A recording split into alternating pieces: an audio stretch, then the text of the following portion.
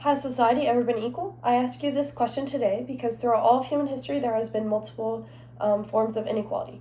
For example, enslavement, gender rights, civil rights, and gender or sexual orientation persecution.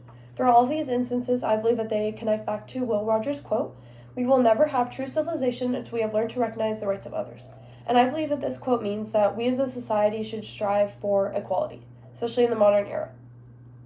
And the two examples that I'll be using to emphasize this belief are The Hunger Games and Killers of the Flower Moon. In The Hunger Games, it is a dystopian series about Katniss Everdeen and her rebellion against the Capitol.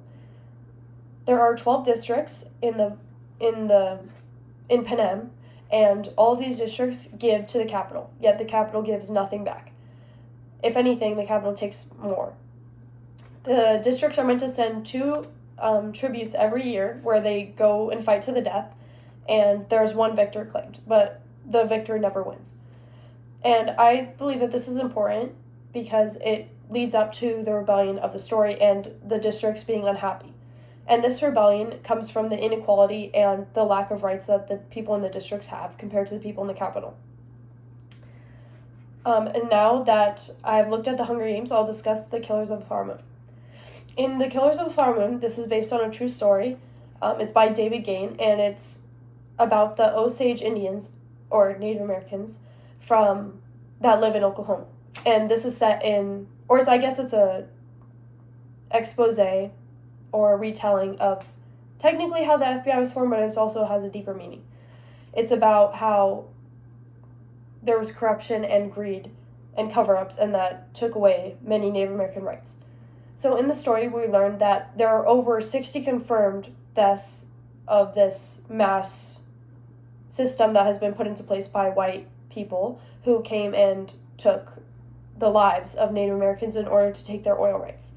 So these white people were given guardianship over these Native Americans because for some reason they were not considered competent enough to have all this money. And they were considered the richest people per capita at the time with how much oil was on their land.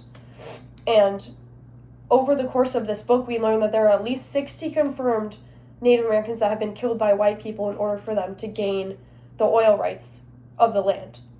And through this greed, they take their rights. And I believe that both of these examples show how an uncivilized society has inequality. And referring back to Will Rogers' quotes, we will never have true civilization until we have learned to recognize the rights of others.